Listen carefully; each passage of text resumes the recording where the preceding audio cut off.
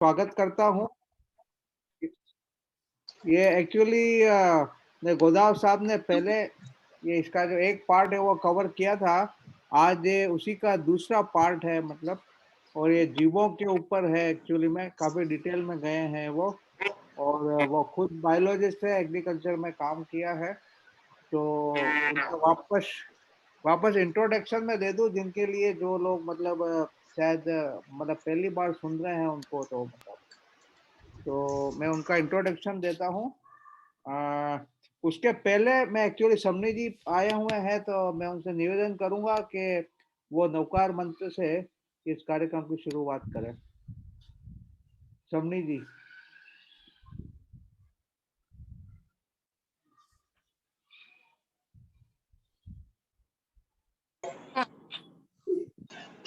हाँ, आप नमो अनम्यूट करिए। हाँ हाँ मैंने अनम्यूट किया है। हाँ। नमो अरहंताणम, नमो सिद्धाणम, नमो आयर्याणम, नमो उवच्छायाणम, नमो लोये सव्वसाहूणम। ऐसो पंच नमोक्कारो सव्व पावपनाशनो मंगलानंच सव्वेसिम पढ़मं हवै मंगलम। बहुत बहुत धन्यवाद समनी जी, हाँ और वंदन आपको। हाँ इस शुभ शुरुआत के बाद में मैं अपने गोदावरी साहब का परिचय देना चाहूंगा। Professor Shyamlal Ji Godawat has an experience of 37 years in the field of agriculture teaching, research and extension. During his period of service, he holds many key positions in Maharana Pratap University of Agriculture and Technology, Udaipur, like technical project leader, principal investigator, head of the department, etc. He served Rajasthan College of Agriculture, Udaipur, and retired as dean in 2012. Professor Godawat guided a dozen of MSc Agriculture and PhD scholars for their dissertations. He published 50 research papers in national and international journals, along with 70 popular articles for the welfare of farmers.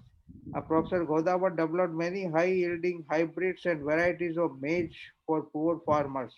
He had professional international exposure and visited Mexico, China, Indonesia, France, England, Australia, and Germany as representative scientist for improvement in research and education in the field of agriculture in India. As regards spiritual side, he extensively studied many Jain scriptures and is a man of Jain principles and has a sense of social services. Being a scientist, he is actively involved in discussion related to science and Jainism and exploring the scientific nature of Jain philosophy. Professor Godawat is closely associated with Digambar saints and keenly involved in Aharcharya and help in their services. Professor Godawat participated in conference organized by SOS University of London, London in March 2015. It was sponsored by Gyan Sagar Science Foundation.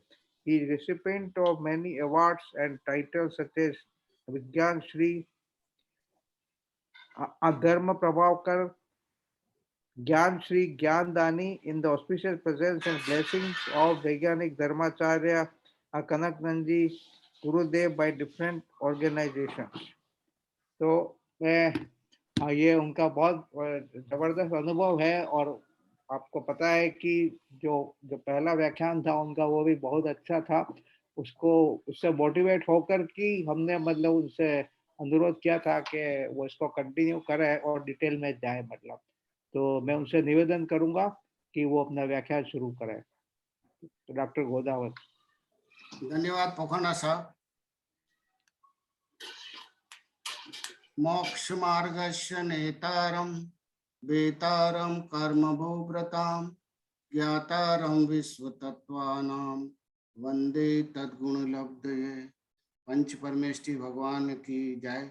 वर्तमान जिन शासन नायक महावीर भगवान की जय। सधर्मी बंधुओं, पिछला व्याख्यान जो मेरा हुआ वो आयु, कर्म और उसकी बंध प्रक्रिया के ऊपर हुआ था, और उसमें करीब मैंने 16 स्लाइड्स दिखाई थी। और पूरा प्रेजेंटेशन थोड़ा लंबा था, तो उस वक्त पूरा करना संभव ही नहीं था और मैं चाहता भी नहीं था कि इसको जो है इतना हल्के में लेकर के इसको समाप्त करें। आप सबकी भी जिज्ञासा थी, मेरी खुद की भी जिज्ञासा था कि मैं इसको विस्तार से बताऊं। तो ये आयु कर्म और उसकी बंध प्रक्रिया, ये जो है कर्णानुयोग का विषय है मुख्य रूप से, और मैं इसके ऊपर बिल्कुल बेसिक बुनियादी रूप से बिल्कुल सरल भाषा में इसको बताने का प्रयास मैं कर रहा हूं, क्योंकि जन्म मरण से संबंधित है, अपने आश्रय और बंध से संबंधित है, और कर्णानुयोग का विषय जो है विषय वैसे ही बहुत जटिल होता है कर्णानुयोग का, पर इसका मैंने सरलीकरण करके और अच्छी तरह से इसकी स्लाइड्स बना करके आपके सामने प्रस्तुत करने का प्रयास मैं करूंगा आपको। तो पिछली स्लाइडों में जैसा कि मैंने आप सबको बताया कि आयु कर्म के बंध के लिए आत्मा स्वयं ऐसे कार्य करती है, जीव स्वयं ऐसा कार्य करता है जिससे कि उसके आयु कर्म बंद होते हैं, और वो आयु कर्म जब तक उसके निषेक आयु कर्म रहते हैं तब तक जीव को अपन उसको जीवंत कहते हैं, और आयु कर्म निषेक पूर्ण होने पर उसकी जो है अपन कहते हैं आयु पूर्ण हो गई और उसको अपन मरण कहते हैं। तो व्यवहार से ये मरण और जन्म है, ये व्यवहार से है। निश्चय से तो आत्मा अजर अमर है, आत्मा कभी मरती नहीं, परंतु उस आत्मा के साथ जो प्राण लगे हुए हैं उन प्राण का क्षरण होना, उससे उसको अपन मरण कहते हैं। तो उन प्राणों में से कुल 10 प्राण है, उसके मैं चर्चा आगे करूंगा। तो 10 प्राणों में से आयु प्राण भी एक मुख्य प्राण है, आयु प्राण है, और बाकी के दूसरे 9 प्राण और भी हैं, जो इंद्रिय प्राण है, बल प्राण है, श्वासोच्छ्वास प्राण है। इस प्रकार से 4 प्राण है ये, और तो सबको उसके उत्तर भेद करते हैं 4 प्राण के, तो कुल 10 प्राण होते हैं। इसकी चर्चा मैं आगे करूंगा आपके सामने। तो इस विषय को मैं और आपके कर्णानुयोग को आधार लेकर के और इसको मैं आगे और इसको बताने का सरल तरीके से प्रयास करूंगा। फ्लो डायग्राम, फ्लो चार्ट से भी मैं बताने का प्रयास करूंगा ताकि आसानी से अपन इसको समझ सकें।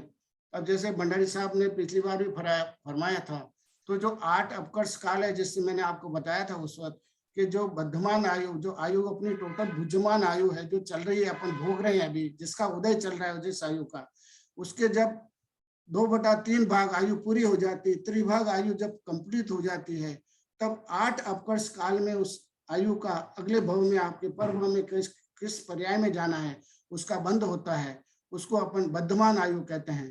तो ये पुरानी बात को मैंने वापस एक अभी इंट्रोडक्शन के रूप में वापस मैंने प्रस्तुत की है। तो ये जो आयु का बंध होता है, जो बद्धमान आयु है, वो डिसाइड करेगी आपको कि आपको आगे किस पर्याय में जाना है। तो उसके लिए कौन कौन से आश्रम के कारण हैं जिसकी वजह से आपको जो चारों गतियां हैं, चारों आयु है, उसका बंध होता है। तो वो जो बेसिक कारण क्या है जो आगम में वर्णित है, उसको मैं संक्षेप में यहाँ पर आपको बताने का प्रयास करूंगा। उसके बाद जो प्राण है सारे, उन प्राणों को कर्णानुयोग की अपेक्षा से और आयु को कर्णानुयोग की अपेक्षा से मैं आपको यहाँ बताने का पूरा प्रयास करूंगा। तो नरक आयु के आश्रम के क्या क्या कारण है।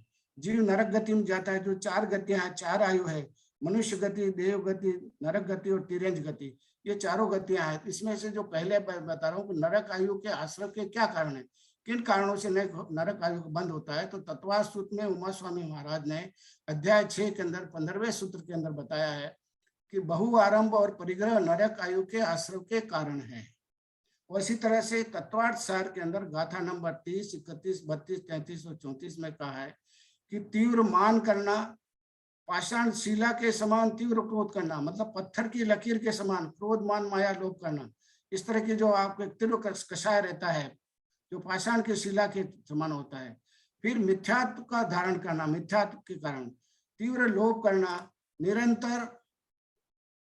निरंतर निर्दयता के भाव रखना, निरंतर झूठ बोलना, सदा परधन हरण करने की भावना रखना, निरंतर मैथुन सेवन करना, काम भोग संबंधी अभिलाषाएं रखना, जिनेंद्र भगवान में दोष लगाना, मतलब अवर्णवाद करना, जो दोष जिनेंद्र भगवान में है नहीं, जो अरिहंत में तीर्थंकरों में दोष है नहीं, उनके ऊपर दोष लगाना, वो ये अवर्णवाद करना, ये भी नरक गति के आश्रम का कारण है।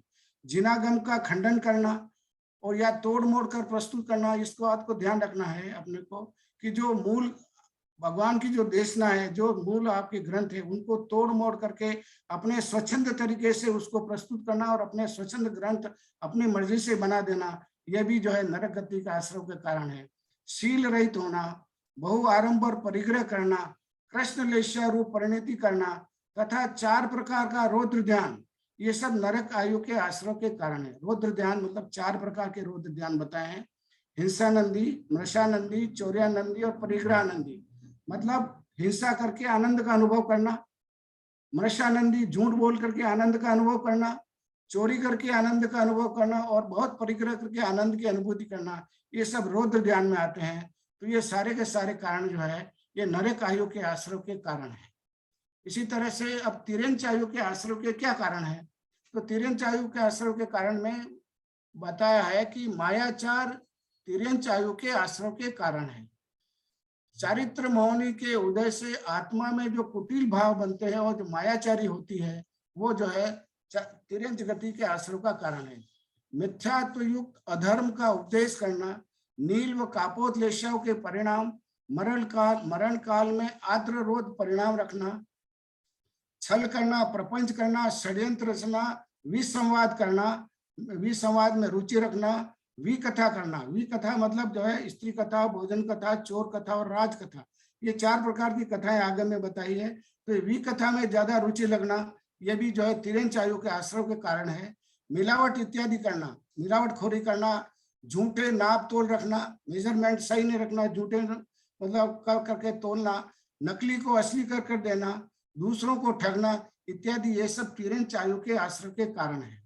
इसी प्रकार से मनुष्य आयु के आश्रव के कारण जो है वो है अल्प आरंभ और अल्प परिग्रह, मनुष्य आयु के आश्रव के कारण है।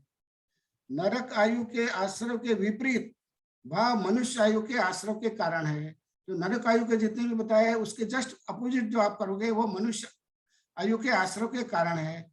मिथ्या दर्शन से रहित रहना, मिथ्या से रहित होना यानी सम्यक रखना, विनित स्वभाव रखना, विनित परिणाम, भद्र परिणाम में रहना, प्रकृति की भद्रता, मार्दव और आजव परिणाम रखना, मतलब कुटिल या अहंकारी मायाचारी से रहित होना, इसको कहते हैं मार्दव और आजव परिणाम।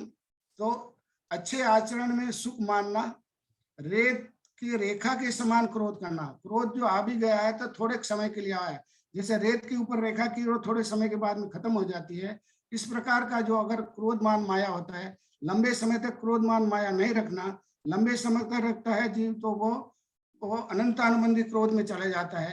परंतु जो मंद परिणामी होते हैं, मंद कसाई होते हैं, तो उनको जो है वो रेखा के समान, धूल के रेखा के समान मतलब रेत की रेखा के समान क्रोध होना, मंद कसाय, सरल व्यवहार, संतोष में रति मतलब संतोष में संतोष रखना, हिंसा से अरति, हिंसा से दूर रहना, दुष्ट कार्यों से निवृत्ति, कम बोलना, ईर्ष्या से रहित, प्रकृति मधुरता, अल्प संक्लेश, देवशास्त्र, गुरु अतिथि की पूजा सत्कार में रुचि, दान, कपोत, पित्तलेश्या के परिणाम,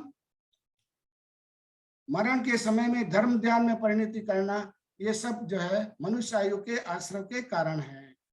इसी प्रकार से देव आयु के आश्रव के क्या कारण है? तो देव आश्रव को आयु के आश्रव के कारण है कि सम्यक के साथ नियम से जो जीव होता है, जो सम्यक को धारण करता है, वो जीव नियम से देव बनता है। तो सम्यक के साथ नियम से वैमानिक देव की आयु का बंध करता है और संयम से भी स्वर्ग के देव की आयु का बंध होता है। अकाम निर्जरा, अज्ञान पूर्वक संयम का पालन करने वाले मंद कसाई और बाल तप तपने वाले, तत्व ज्ञान से शून्य तप तपने वाले भी भवनत्रयी, भवनवासी, व्यंतरवासी और ज्योतिष देव का आश्रय करते हैं। तो देव 4 प्रकार के होते हैं, एक कल्पवासी देव, एक जो है भवनवासी देव, तीसरे व्यंतर जाति और चौथे होते हैं ज्योतिष। तो ये भवनवासी, व्यंतर और ज्योतिष, इनको भवनत्रयी देव कहते हैं। और जो कल्पवासी देव हैं उनको जो है वो सबसे उच्च श्रेणी के देव होते हैं। और जो सम्यक के साथ जो होता है, जो पूर्ण सम्यक के साथ जो जीव अपने आयु पूर्ण करता है, वो जो है वैमानिक देव बनता है, कल्पवासी देव बनते हैं। और जो जिनके अकाम निर्जरा या बाल तप और इस तरह के जो परिणाम के साथ में जो देव को छोड़ता है, वो भवनत्रयी देव में अपना स्थान ग्रहण करते हैं। तो इस प्रकार से ये यहाँ पर चारों प्रकार की आयु के बंध के परिणाम के बारे में बताया। इन परिणामों से हम अपनी इस आयु का बंध करते हैं, और जो परभव में जो अपना जो गति जाती है वो इस प्रकार से इन परिणामों से जाती है। जैसा मैंने पहले भी जिक्र किया। पूछ सकते हैं प्रश्न आप पूछना सर, थोड़ा अभी बाद में थोड़ा एक बार चर्चा हो जाए, थोड़ा अच्छा, आराम से पूछेंगे अपन, कोई दिक्कत नहीं है। इसी अब से क्या है? अविची मरण, अब जो है अपन, क्योंकि आयु जब पूर्ण होती है तो उसको मरण कहते हैं, पर जो आयु के निषेक हर समय कम होते जाते हैं, क्योंकि जो भुज्यमान आयु है वो उदय में है। उदय में हमेशा जो चलती है, तो जो चीज उदय में रही तो उसके निषेक ग्रेजुअली कम होते जाते हैं। तो इस प्रकार से हर समय जो आयु के निषेक कम होना, उसका क्षरण होना, उसको अविची मरण कहते हैं। तो आगम में जो है कुल 17 तरह के मरण को वर्णन किया है, मैं कुछ आगे और बताऊंगा अभी। पर जो प्रत्येक समय जो आयु का क्षरण होता है, खत्म होती है, उसको अविची मरण कहते हैं। और जो जीव भुज्यमान आयु को पूरी कंप्लीट कर देता है, जो व्यवस्थित जिसका मरण होता है, जो अकाल मरण भी नहीं होता है, व्यवस्थित यानी काल मरण होता है, व्यवस्थित मरण होता है, और भुज्यमान आयु को पूरी करके और जो इस देह को छोड़ता है, उसको तद्भव मरण कहते हैं। अब इसमें आगम के अंदर मरण के, जैसे मैंने बताया आपको कि मरण के भेद 17 प्रकार के आगम में बताए हैं, परंतु जो बहुत प्रचलित जो है, ज्यादातर जो संक्षेप में 5 प्रकार के मरण जो बहुत प्रचलित है, जिसको भगवती आराधना में गाथा नंबर 25, 26, 27, 28 और 29 में, और मरण कंडिका में अमित गति स्वामी ने भी इस प्रकार के मरण का वर्णन किया है। तो मरण के प्रकार जो बहुत ज्यादा प्रचलित है, मरण के प्रकार, वो है, पहला है पंडित मरण। तो जो जीव सारे कषायों का खत्म कर दिया जिन्होंने, जो अयोग केवली अवस्था है, यानी कि 14 गुण स्थान में जो अयोग केवली अवस्था है, वो अयोग केवली 14 गुण स्थान में, जो कि जिस जीव का वापस जन्म नहीं होता है, रीबर्थ नहीं होता है, और वो सीधे जो चरम शरीर होते हैं और इस देह को छोड़ करके हमेशा में सिद्धालय में जाकर के विराजमान हो जाते हैं। तो वो जो अंतिम शरीर को छोड़ते हैं और फिर वापस पुनर्जन्म नहीं होता है और सिद्धालय में पहुंच जाते हैं, तो ऐसे जीवों का जो मरण होता है उसको कहते हैं पंडित मरण, जिनका पुनर्जन्म नहीं होता है। इसी प्रकार से पंडित मरण है, वो होता है महावृत्ति होता है। जो 6ठे और 7वें गुण स्थान वाले मुनिराज होते हैं, उनके मरण को पंडित मरण कहते हैं।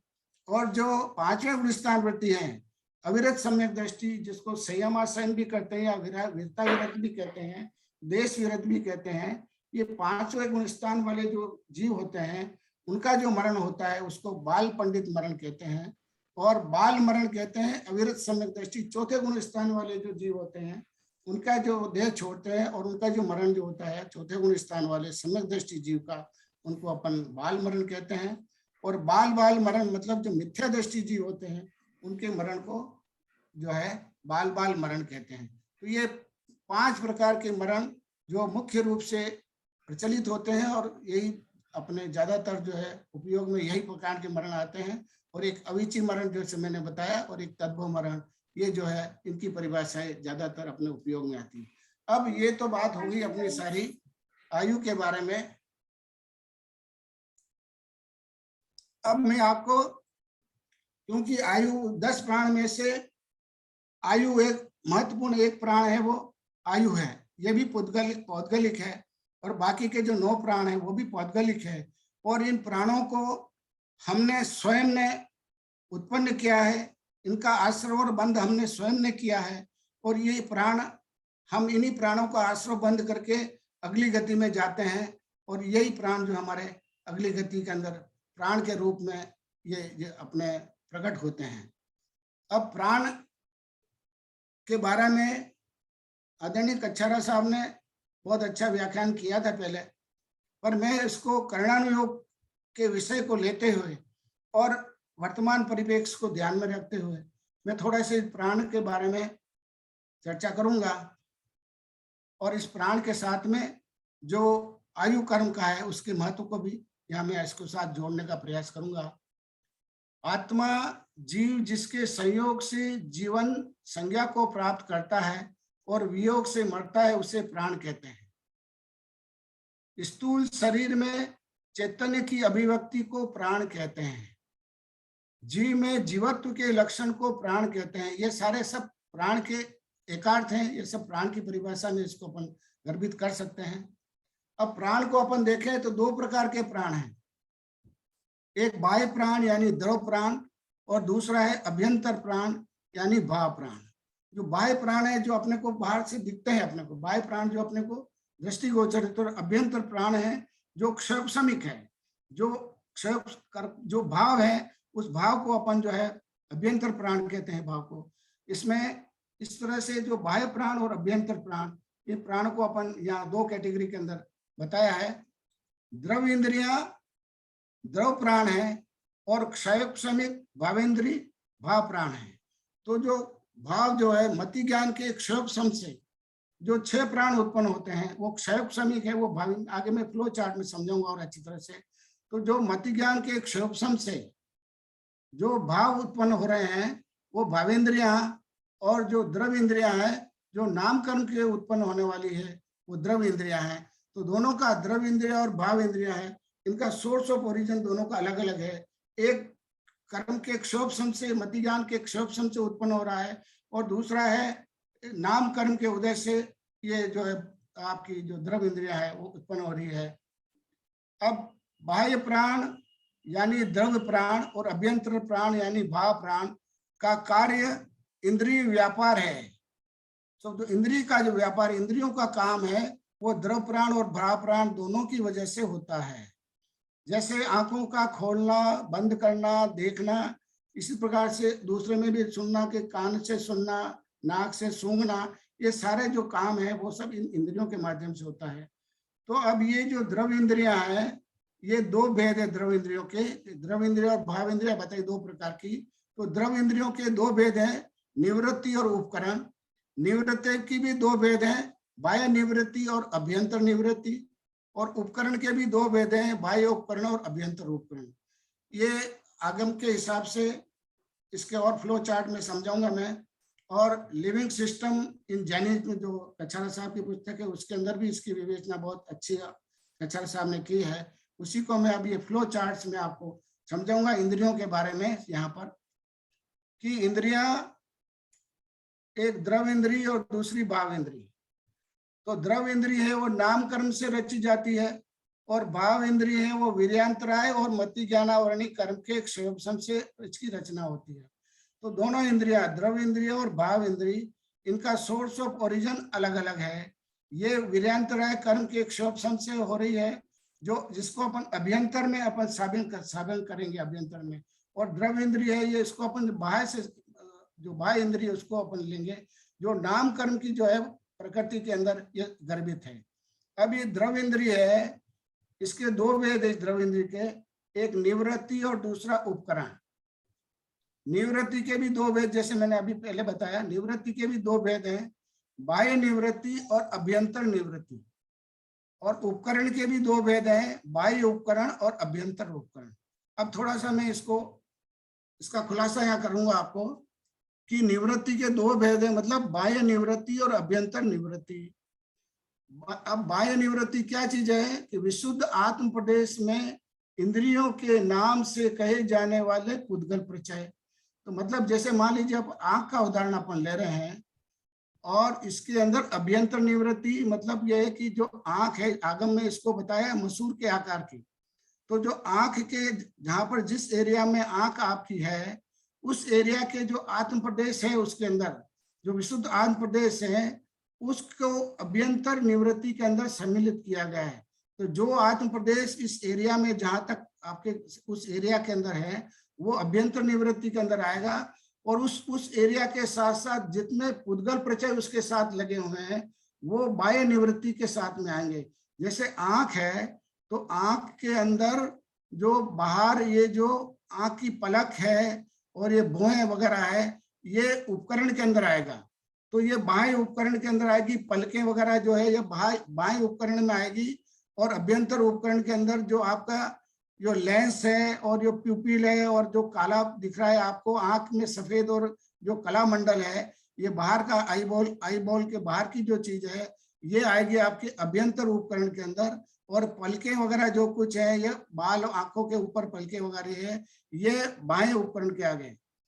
और इसके अंदर जब इमेज बन करके जाती है और रेटिना पर जाती है इमेज अंदर, तो उस रेटिना के पास में जितने भी आत्म प्रदेश लगे हुए हैं और उसके साथ जितना पुद्गल लगा हुआ है, जितने आत्म प्रदेश लगे हुए हैं उसके साथ में, रेटिना के साथ में, और जितनी ऑप्टिकल नर्व लगी हुई है, वो जो है वो आत्म प्रदेश लगे हैं, वो है अभ्यंतर निवृत्ति। और उसके साथ में जितने भी पुद्गल प्रचय लगे हुए हैं उसके साथ में, वो आती है बाह्य निवृत्ति।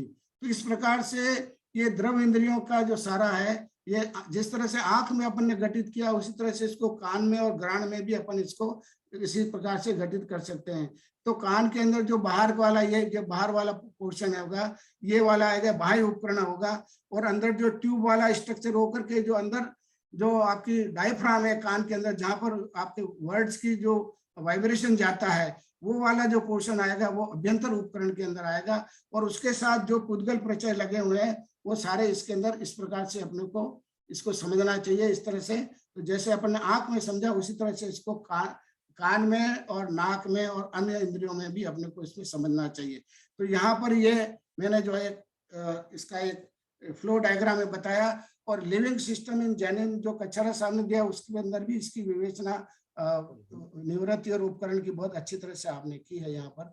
अब मैं यहाँ पर आपका एक ध्यान आकर्षित करना चाहूंगा कि ये जो इंद्रियां हैं, ये 12वें गुणस्थान तक इंद्रियों का उपयोग होता है। 12वें गुणस्थान तक, पहले गुणस्थान से लेकर के 12वें गुणस्थान तक इंद्रियों का उपयोग होता है। उसके बाद इंद्रियों का उपयोग नहीं होता है। संयोग केवली, अयोग केवली वगैरह में इंद्रियों का उपयोग नहीं है, क्योंकि वहां पर मति ज्ञान खत्म हो गया है। वहां पर ज्ञानावरणी कर्म खत्म हो गया, क्षय हो गया ज्ञानावरणी कर्म का, और केवल ज्ञान प्रकट हो गया। इसलिए मति ज्ञान वहां है ही नहीं। तो मति ज्ञान नहीं है तो वहां पर जो है भाव इंद्रिया भी नहीं रहेगी। द्रव इंद्रिय वहां पर है, पर वो द्रव इंद्रिय वहां पर, क्योंकि नाम कर्म है अभी वहां पर, इसलिए नाम कर्म है, इसलिए द्रव इंद्रिय तो है, पर वो द्रव इंद्रिय नॉन फंक्शनल है। क्योंकि जब तक भाव इंद्रिय नहीं होगी तब तक द्रव इंद्रिय कोई काम नहीं करेगी। और जब तक द्रव इंद्रिय, दोनों का होना जरूरी है। इंद्रियों को फंक्शनल होने के लिए द्रव इंद्रिय और भाव इंद्रिय दोनों का कॉम्बिनेशन होना जरूरी है। इसलिए यहाँ पर जो है अपने को ये समझना चाहिए कि 12वें गुणस्थान तक इंद्रियों का उपयोग होता है। इसीलिए 13वें गुणस्थान के ज्ञान को अपन अतीन्द्रिय ज्ञान कहते हैं। जो इंद्रियातीत ज्ञान है, उसमें, उस ज्ञान में इंद्रिय और मन की आवश्यकता नहीं है। इसलिए 12वें गुणस्थान तक इंद्रियों का उपयोग है, उसके बाद आगे इंद्रियों का उपयोग नहीं है। 12वां गुणस्थान के नीचे अगर कोई कहता है कि मुझे अतीन्द्रिय ज्ञान है, तो वो बात आगम सम्मत नहीं है। इस तरह से ध्यान रखना अपने को। इसके अंदर जो आगम की सम्मत बात है वो मैंने आपके सामने प्रस्तुत करी है। विग्रह गति का जो जीव होता है, जो माइग्रेटरी सोल होता है, जब एक पर्याय छोड़ के दूसरे पर्याय जब जाता है विग्रह गति उपजा में, तो वहां पर भाव इंद्रिया तो है पर द्रव इंद्रिया वहां पर नहीं। क्योंकि वहां पर जो विग्रह गति में जा रहा है तब उस जीव के मति ज्ञान तो है ही है, इसलिए मति ज्ञान होने की वजह से वहां पर भाव इंद्रिया है, पर वहां पर द्रव इंद्रिया वहां पर नहीं है। ये फ्लो चार्ट में मैंने समझाने का प्रयास किया है। प्रत्येक संसारी जीव द्रव प्राण और भरापार प्राण और अशुद्ध चेतन प्राण। तो संसारी जीव का जो चेतन प्राण, जो मैंने कहा ना आपको चेतन प्राण, तो चेतन प्राण है वो शाश्वतिक प्राण है, वो कभी भी खत्म नहीं होता है। तो जो अशुद्ध चेतन, जो तो संसारी जीव के अंदर जो प्राण है वो अशुद्ध चेतन प्राण है, और सिद्ध भगवान के जो प्राण है वो शुद्ध चेतन प्राण है। तो संसारी जीव के चेतन प्राण में और सिद्ध भगवान के चेतन प्राण को अपने को समझना है कि संसारी जीव के अंदर जो चैतन्य प्राण है वो अशुद्ध है, क्योंकि वो कर्म जनित है। और सिद्ध भगवान के अंदर जो प्राण है वो चैतन्य प्राण है, वो दर्शन ज्ञानमय, अनंत दर्शन, अनंत ज्ञान, अनंत सुख, अनंत वीर से युक्त जो प्राण है वो चेतन प्राण, वो शुद्ध प्राण है सिद्धों के अंदर। अब प्राणों को यहाँ व्यवहार प्राण यानी भौतिक प्राण या फिजिकल प्राण जो कहेंगे, वो 10 प्राण की चर्चा में यहाँ पर आपको इसके साथ बताऊंगा कि जो 5 इंद्रिय है, 3 बल और 1 श्वासोश्वास और आयु, ये कुल 10 प्राण हैं। तो इंद्रिय 1, बल 1, श्वासोच्छ्वास और आयु, ये 4 हुए, और इनके उत्तर भेद अपन मिलाते तो कुल 10 प्राण होते हैं। इन 10 प्राणों में से जो अपने योग्य प्राणों से वर्तमान में जीता है और भविष्य में जिएगा और भूतकाल में जिया है, वह व्यवहार नैसे जीव है। तो जो इन 10 प्राणों से जीव जी रहा है वो व्यवहार नैसे उसको अपन जीव कह रहे हैं, क्योंकि ये जो जीव प्राण है वो एक पर्याय तक ही कन्फाइंड है। दूसरी पर्याय में जाएंगे तब वो प्राण, उसने इस पर्याय में बांधे प्राण, वो प्राण जाकर के आगे आगे की पर्याय में वो प्राण जाएगा, विग्रह गति में वो जीव वो प्राण लेकर के जाएगा। अब वो कितने प्राण लेके जा रहा है आगे बताऊंगा इसमें, कि एक मान लीजिए मनुष्य है, तो मनुष्य के 10 प्राण है, तो ये जरूरी नहीं कि सब जीवों में 10 प्राण है, एकेंद्रीय जीव में 4 प्राण ही है। इसी तरह से आप देखेंगे कि 2 इंद्रिय जीव है तो उसके 6 प्राण है, असंगी पंचेंद्रिय जीव है तो उसके 9 प्राण है। इस तरह से लगाना चाहिए इंद्रियों के हिसाब से। तो वो प्राण जितने आपने कैसे आयु का बंद किया, अगर मनुष्य आयु आपकी अभी है, और आपने अगर मान लीजिए एकेंद्रीय जीव का अगर आपने बंद किया है, एकेंद्रीय में आप जन्म ले रहे हो, तो वो 10 प्राण से घट करके आपके 4 प्राण ही रह जाएंगे। अगर 2 इंद्रिय में जन्म लिया है तो आपके 6 प्राण रह जाएंगे, अगर 3 इंद्रिय में जन्म लिया है तो 8 प्राण रह जाएंगे। इस तरह से अपनों को उसके अंदर घटाना। इसकी और आगे मैं विवक्षा और बताऊंगा इसके व्यवहार से। तो यहाँ पर द्रव्य संग्रह में नैमिचंद सिद्धांत चक्रवर्ती बता रहे हैं कि व्यवहार नय से जिसकी 3 काल में 4 प्राण, इंद्रिय बल आयु और श्वासोच्छ्वास तथा निश्चय नय से जिसकी चेतना प्राण है वह जीव है। तो निश्चय नय से मतलब शुद्ध प्राण, जिसे चेतना प्राण जिसको अपन कह रहे हैं, वो निश्चय नय से, और बाकी जो है ये व्यवहार नय की बात है। तो जो मरण हो रहा है वो व्यवहार नय से मरण हो रहा है, व्यवहार नय से मरण हो रहा है, निश्चय नय से जीव का मरण नहीं हो रहा है। पर यहाँ पर आगे और विवक्षा में बताऊंगा मैं। निश्चय प्राण अमूर्तिक प्राण है और जीव के असली प्राण यही है, क्योंकि इसके बिना जीव का अस्तित्व ही नहीं रह सकता है। संसारी जीव में यह प्राण अशुद्ध है और मुक्त जीव में यह शुद्ध है, जैसा मैंने अभी आपको पहले बताया था। तो ये असली प्राण तो ये आपके अमूर्तिक प्राण जो है, दर्शन ज्ञान में प्राण, यही असली प्राण है। और बाकी तो जो 10 प्राण है ये कर्म जनित प्राण है, और आप स्वयं इन प्राणों के लिए रिस्पॉन्सिबल हो। द्रव प्राण ये पौद्गलात्मक है, जो जीव का स्वभाव नहीं है। ये जो द्रव प्राण है जीव का स्वभाव नहीं है। This is not the eternal property of this soul. यह प्राण विवक्षित पर्याय की अवधि तक शरीर में चेतना की अभिव्यक्ति करता है। तो जितने समय तक विवक्षित पर्याय के अंदर, एक पर्याय के अंदर, चाहे मनुष्य पर्याय, तीर्थ पर्याय, तो उस विवक्षित उस पर्याय के अंदर, उस शरीर के अंदर वो चेतना की अभिव्यक्ति करता रहता है। तो ये प्राण जब तक है तब तक उसमें चेतना की अभिव्यक्ति होती है। और ये जब ये निकल गया आपका, जब ये चेतन प्राण निकल गया तो जो है वो जीव मृत्यु डिक्लेयर हो जाती है। तो शरीर के अंदर चेतना की अभिव्यक्ति जो है तो इस चेतन प्राण से उसकी अभिव्यक्ति होती है। तो मुर्दे के अंदर जब प्राण है तब तक तो वो जिंदा है, जब प्राण निकल गए तो मुर्दा है।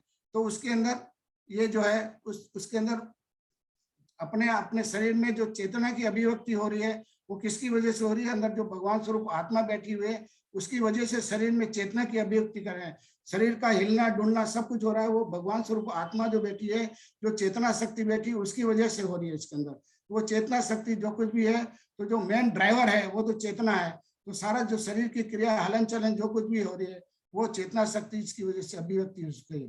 पर्याय की अवधि समाप्त होने पर यह प्राण भी समाप्त हो जाते हैं, जिसे हम व्यवहार से मरण कहते हैं, और नवीन पर्याय को धारण करने को हम जन्म कहते हैं। अब इसका एक फ्लो चार्ट और मैं अच्छी तरह से समझाने के लिए यह बनाया है मैंने। तो प्राण को कुल 4 प्रकार के मुख्य रूप से उत्तर भेद के हिसाब से 10 प्राण है। 5 इंद्रिय प्राण, 3 बल प्राण, 1 आयु प्राण और 1 श्वासोच्छ्वास प्राण। तो ये 1, 2, 3 और 4 प्राण है। 5 इंद्रिय, 3 बल, 3 आयु, 1 आयु और 1 श्वासोच्छ्वास। तो इन सब को टोटल करेंगे तो 10 बनते हैं। अब इंद्रिय प्राण के अंदर स्पर्शन, रसना, घ्राण, चक्षु और कर्ण और मन, ये जो 6 प्राण हैं ये भाव प्राण की श्रेणी के अंदर आते हैं। ये भाव प्राण, और ये भाव प्राण हैं जो कि गातिया कर्म के क्षोभ से प्रकट होते हैं, और वचन और कायबल ये नाम कर्म की प्रकृति है। तो अब ये इंद्रियां जो जैसे मैंने बताई, द्रव इंद्रिय है, ये अंगोपांग नाम कर्म के उदय से उत्पन्न होती है, जो अगत्या कर्म है। तो 1 से 6, 1 से लगा करके 6 है, ये द्रव इंद्रियां हैं। ये कौन सी इंद्रिय? स्पर्शन, रसना, घ्राण, चक्षु, कर्ण और मनोबल, ये है द्रव इंद्रिय, जो कि नाम कर्म, अंगोपांग नाम कर्म के उदय से ये प्रकट होती है। ये द्रव इंद्रिय की बात हो गई। अब भाव इंद्रिय है वो वीर्यांतरा व मति ज्ञानावरणी कर्म के एक शोभसम से उत्पन्न हो रहे हैं। जैसे मैंने बताया, तो ये घातिया कर्म के खाते में है। तो ये द्रव, ये जो 1 से 6 घातिया कर्म के खाते में है, और भाव इंद्रिया है वो घातिया कर्म के खाते में है। तो भाव इंद्रिया है वो घातिया कर्म के उसके अकाउंट में जाएगी। तो इस प्रकार 5 इंद्रिय, 3 बल, 1 श्वासोच्छ्वास और 1 आयु, 10 प्राण, जिसे द्रव प्राण, औद्गलिक प्राण, मूर्तिक प्राण, भौतिक प्राण, व्यवहार प्राण, ये सब कह सकते हैं। ये सब एकार्थ ही है। तो ये फ्लो चार्ट मैंने आपको 10 प्राण के बारे में बताया और इनकी उत्पत्ति के बारे में बताया, और आगे विस्तार में बताऊंगा कि द्रव इंद्रिया और भाव इंद्रिया, द्रव इंद्रिया कैसे उत्पन्न होती है, भाव इंद्रिया कैसे उत्पन्न होती है।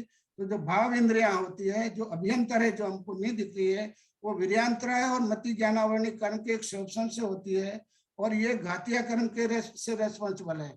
तो इसलिए 12वें गुण स्थान में जब घातिया कर्म पूरे खत्म हो जाते हैं, तब जो है वहां पर केवल ज्ञान प्रकट होता है।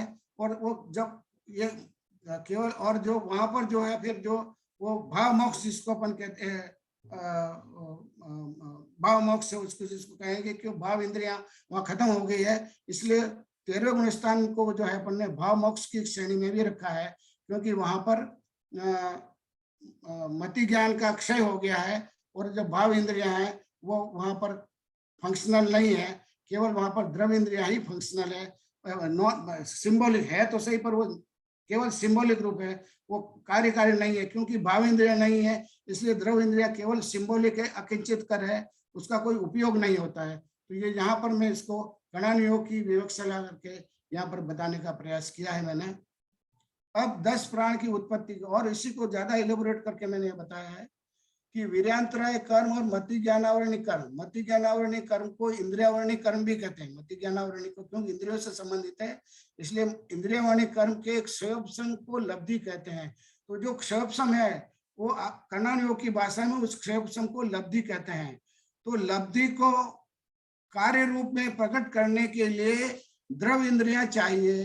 द्रव इंद्रिया जो है, तो जब तक द्रव इंद्रिया नहीं होगी तब तक भाव इंद्रिया काम नहीं करेगी।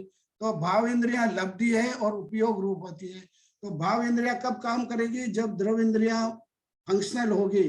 अंधा आदमी नहीं देख सकता है क्योंकि उसके जो उपकरण वगैरह बाहर इंद्रियों के उपकरण है वो खत्म, खराब है, इसलिए उसके अंदर भाव इंद्रिया तो है, मति ज्ञानावरणी कर्म का क्षोभसन तो उसके है, परंतु द्रव इंद्रिया नहीं होने से वो जो है भाव इंद्रिया है वो काम नहीं कर रही है। इसलिए भाव इंद्रिया पंगु है। जब तक कि द्रव इंद्रिया नहीं होगी तब तक भाव इंद्रिया पंगु है। इसलिए यहाँ पर द्रव इंद्रिया का होना जरूरी। जब तक द्रव इंद्रिया होगी तभी भाव इंद्रिया अपना काम कर सकेगी। इसलिए यहाँ द्रव इंद्रिय और भाव इंद्रिय, एक द्रव का दूसरे द्रव के ऊपर प्रभाव यहाँ देखा जा सकता है इसके अंदर।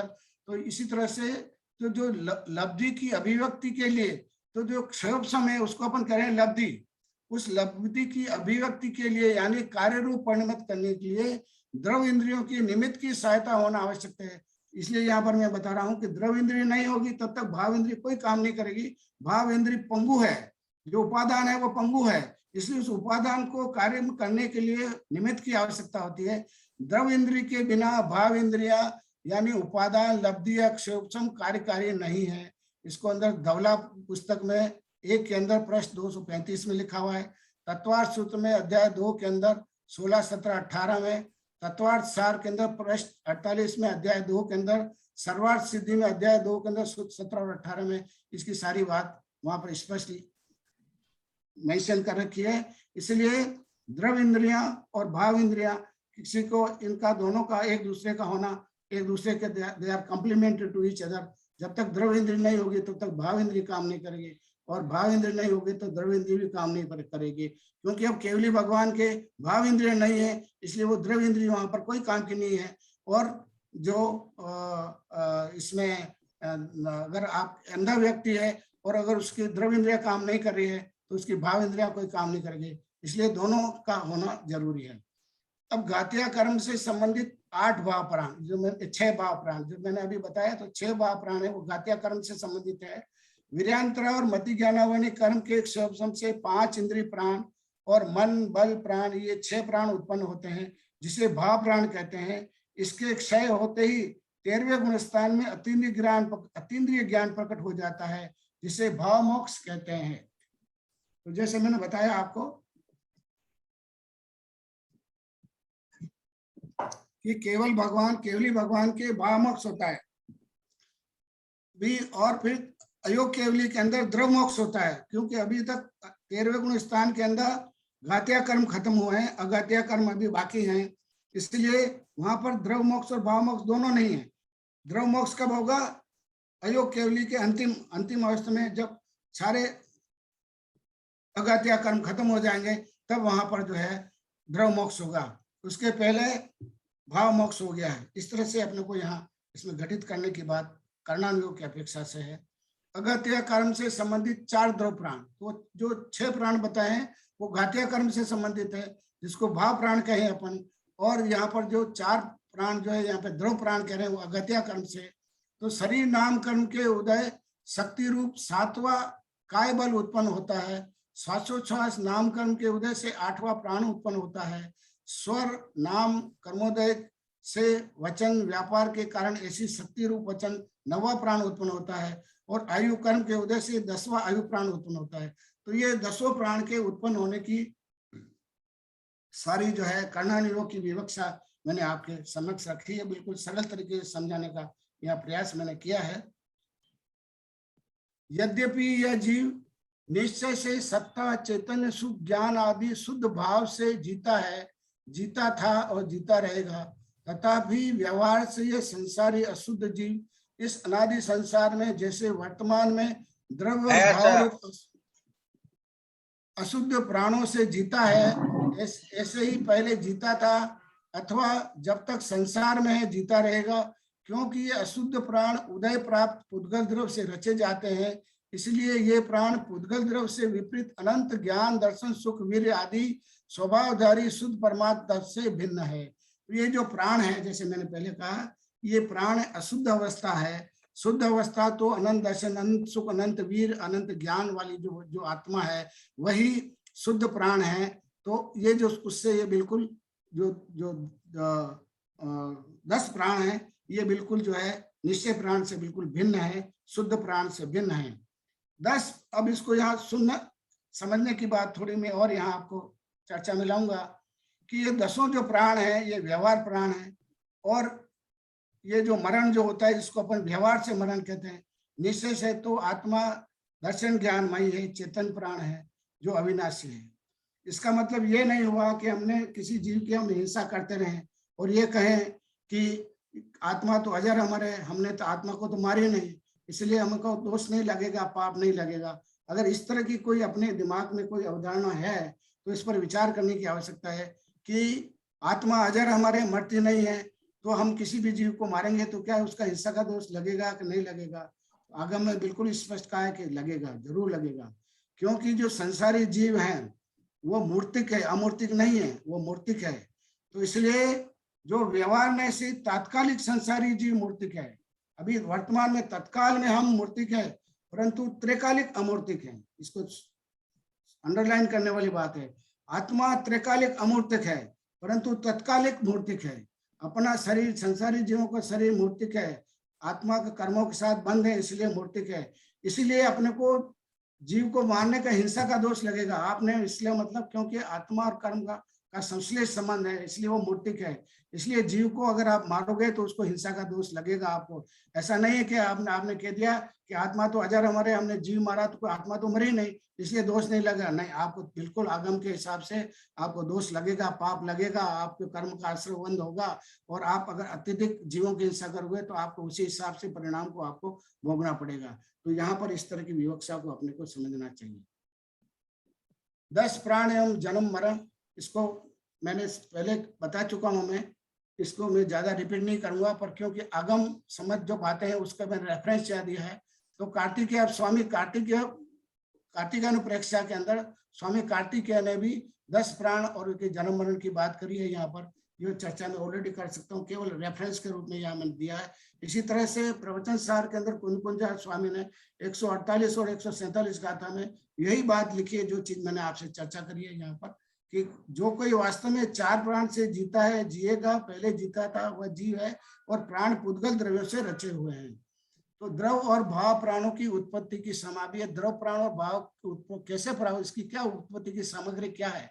तो घुमटसार जीव कांड के अंदर इसके अंदर बिल्कुल स्पष्ट लिखा है कि वीर्यांतराय कर्म के क्षयम के साथ साथ मति ज्ञान आवरणिक कर्म के क्षयोपम से 9 इंद्रिय मतलब मन को 9 इंद्रिय भी कहते हैं, सूक्ष्म है, क्योंकि इंद्रियां है वो स्थूल है, दिखाई देती है, पर 9 इंद्रिय मतलब सूक्ष्म मन दिखाई नहीं देता है, इसलिए इसको 9 इंद्रिय कहा है।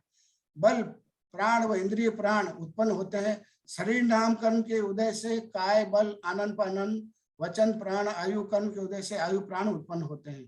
तो ये जो है प्राणों की उत्पत्ति का अंतरंग कारण। अब इसके प्राणों की उत्पत्ति के अंतरंग कारण कैसे होते हैं कि देहादि में ममत्व भाव रखना, पर वस्तु में बाह्य वस्तु के साथ ममत्व भाव रखना है, वही जो है इन प्राणों की उत्पत्ति का कारण है। ये प्रवचन सार में कुंद स्वामी ने 150 नंबर गाथा में कहा है कि कर्मों से मेला आत्मा बार बार अन्य अन्य प्राणों को धारण करता है, हर बार नए नए प्राण धारण करता है, कभी 4 प्राण धारण करता है, कभी 6 प्राण धारण करता है, कभी 8 प्राण धारण करता है, कभी 9 प्राण धारण करता है, कभी 10 प्राण करता है।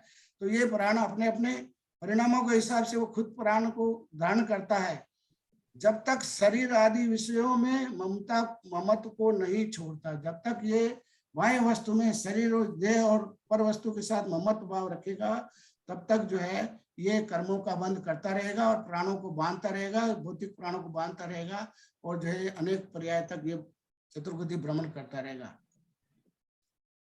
मोह राग द्वेष आदि भाव कर्म या कर्मण शरीर के कारण जीव शरीर आदि प्राणों को धारण करता है और उस शरीर में इंद्रियों के माध्यम से कर्म फल को रागादि भावों से युक्त होकर भोगता है, जिससे पुनः नवीन नवीन कर्म बांधता है। इसी प्रकार द्रव कर्म से भाव कर्म और भाव कर्म से द्रव कर्म की श्रृंखला चलती रहती है। इस प्रकार से ये आगम में वर्णित है कि अब ये मैं यहाँ पर बताऊंगा, जैसे कछारा साहब ने भी पहले बताया था अपने प्रवचन के अंदर, कि ये जो 6 पर्याप्ति को लेकर के थोड़ी सी यहाँ चर्चा करेंगे अपन, कि 6 पर्याप्ता मात्र एक पर्याप्ति नाम कर्म से उदय से निष्पन्न नहीं होती। ये जो 6 पर्याप्तियां हैं, ये कोई एक इसका नहीं है। ये जो प्राण 10 प्राण है, उस 10 प्राणों का कोई एक कर्म नहीं है कि जो 10 प्राणों के लिए रेस्पॉन्सिबल है। मतलब इंद्रियों के लिए अलग कर्म की प्रकृति है, आयु के लिए अलग कर्म की प्रकृति है, श्वासोश्वास के लिए अलग कर्म की प्रकृति है। तो इस प्रकार से 10 प्राण की प्रकृतियां अलग अलग है।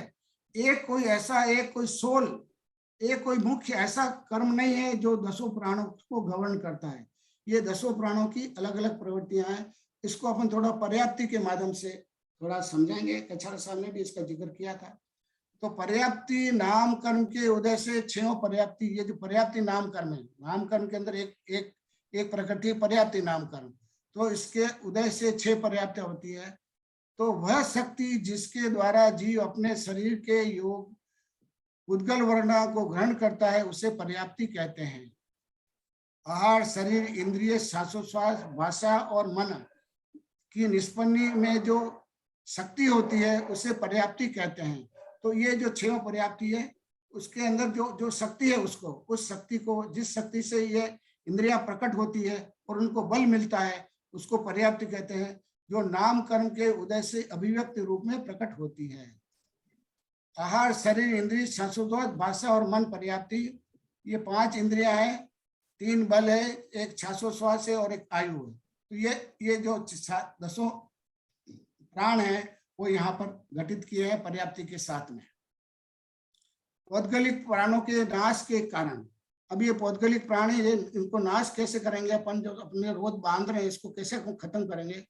तो अंतरंग हेतु मतलब यह है कि इसके अंतरंग कारण क्या है कि कर्मों को क्षय करना है। और कर्मों को क्षय करने का मतलब यह है कि इंद्रियों पर विजय प्राप्त करना है। आपके 5 इंद्रिय और मन है, इसके ऊपर जब तक आप विजय प्राप्त नहीं करोगे, तब तक ये कर्म बनने की प्रक्रिया, द्रव कर्म और भाव कर्म की जो श्रृंखला है, ये बराबर चलती रहेगी। तो यहाँ पर प्रवचन सार के अंदर कुंद स्वामी ने स्पष्ट लिखा है कि जो इंद्रियादि पर विजय होकर उपयोगमय मात्र आत्मा को ध्यान करता है, वह कर्मों को ही नहीं बांधता, तो कर्मों के कार्य स्वरूप प्राणों का संबंध कैसे हो सकता है। तो जब कर्म ही नहीं बांधेगा तो प्राण कैसे बनेंगे, प्राण बनेंगे नहीं। तो नए नए कर्म नहीं बनेंगे तो प्राणों की श्रृंखला है वो टूट जाएगी। इस प्रकार से यहाँ पर आगम में वर्णित है। अब मैं यहाँ पर कुछ प्राणों के स्वामी के बारे में बात करूंगा। पूर्व पर्याय का नाश मृत्यु है और नवीन पर्याय की उत्पत्ति जन्म है, यानी पूर्व पर्याय का व्यय नवीन पर्याय की उत्पत्ति में कारण है, आत्मा ध्रुव है। इस प्रकार जन्म मरण में उत्पाद व्यय और ध्रुव की पुष्टि देखी जा सकती है। तो जन्म मरण के अंदर अपन देखें कि उत्पाद व्यय ध्रुव जो एक आगम का एक बहुत बड़ा पहलू है, तो उसको अपन हम जन्म मरण से इसके साथ में इसको घटित कर सकते हैं कि एक पर्याय खत्म हो गई, दूसरी पर्याय उत्पन्न हो गई, और उसमें जो भगवान स्वरूप आत्मा है वो ध्रुव रूप तो आत्मा है, बराबर ही है। तो जो पर्याय व्यय हुई है वो जो है उसका मरण हुआ है, नई पर्याय बनी है उसका उत्पाद हुआ है, और उसके अंदर जो भगवान स्वरूप आत्मा है, जो शाश्वत आत्मा, वो ध्रुव स्वरूप है। तो इस प्रकार से इसके अंदर जन्म मरण के अंदर अपन उत्पाद व्यय ध्रुव को अपन घटित कर सकते हैं। सिद्ध मुक्त अवस्था में द्रव प्राण का अभाव है। तो जो मैंने जैसे बताया आपको, फरमाया पहले भी आपने कि सिद्ध अवस्था में द्रव प्राण का अभाव है। जो ये द्रव प्राण किसके अंदर है? संसारी जीव के अंदर है। सिद्धों के अंदर कोई द्रव प्राण नहीं है। सिद्धों के अंदर जो दर्शन ज्ञानमयी चेतना प्राण है, वहां केवल एक शाश्वत दर्शन ज्ञानमयी भाव प्राण का ही सद्भाव है। संसारी जीव द्रव प्राण की अपेक्षा से और सिद्ध जीव भाव प्राण की अपेक्षा से जीव कहे जाते हैं। तो सिद्ध भगवान जो है वो भी जीव है और संसारी भी जीव है, पर दोनों के जीव कहने की जो प्रक्रिया है वो दोनों अलग अलग है। संसारी जीव को जीव अपन इसलिए कह रहे हैं कि वो जो द्रव प्राण से, पौद्गलिक 10 प्राणों से जी रहा है, और सिद्ध भगवान है वो शाश्वतिक प्राण चेतना प्राण से जी रहा है। तो दोनों के जीने का तरीका अलग अलग है। एक कर्म जनित है, एक कर्म सापेक्ष है, दूसरा कर्म निरपेक्ष है। अब प्राणों के स्वामी की बात अपन करेंगे कि संगी पंचेंद्रिय जीव के अंदर 10 प्राण होते हैं, असंगी पंचेंद्रिय में 9 प्राण होते हैं, और 4 इंद्रिय जीव में 7 प्राण होते हैं, 3 इंद्रिय में 6 प्राण होते हैं, 2 इंद्रिय में 5 प्राण होते हैं, 1 इंद्रिय में 4 प्राण होते हैं। तो ये प्राणों की संख्या है जो अपन ने यहाँ घटित की है। अब जो 1 इंद्रिय में 4 प्राण है, कौन कौन से हैं यहाँ घटित करेंगे अपन। एक स्पर्शन है 1 इंद्रिय में, दूसरा काय है, उसका शरीर है, 600 श्वास है, और आयु है। तो ये 4 प्राण है उसके अंदर, 1 इंद्रिय जीव के अंदर। और अरिहंत भगवान के भी 4 प्राण हैं। जो अरिहंत भगवान है, केवली भगवान है, तीर्थंकर है, उनके भी 4 प्राण है, और एकेंद्रीय जीव है, इसके भी 4 प्राण है। पर दोनों 4 प्राणों के अंदर भेद है। क्या भेद है यहाँ पर कि वहां पर जो 4 प्राण है वो वचन, काय, श्वासोच्छ्वास और आयु, ये प्राण है उस वहां पर।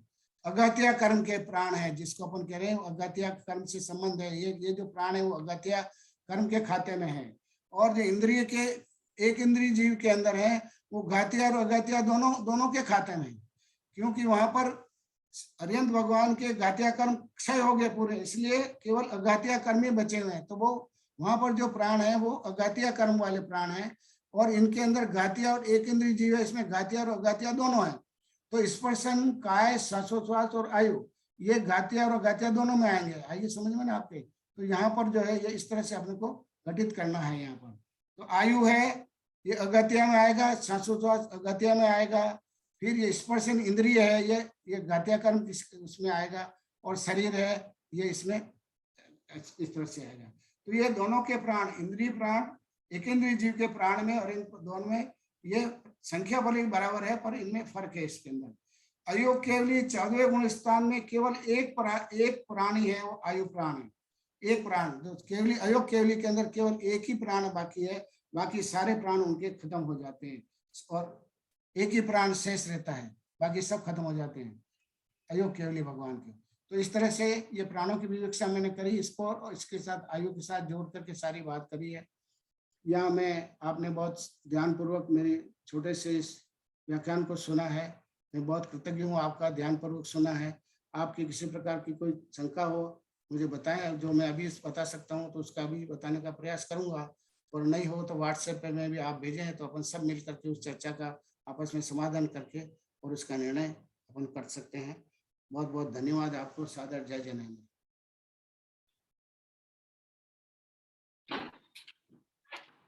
गोदावरी साहब बहुत बहुत धन्यवाद।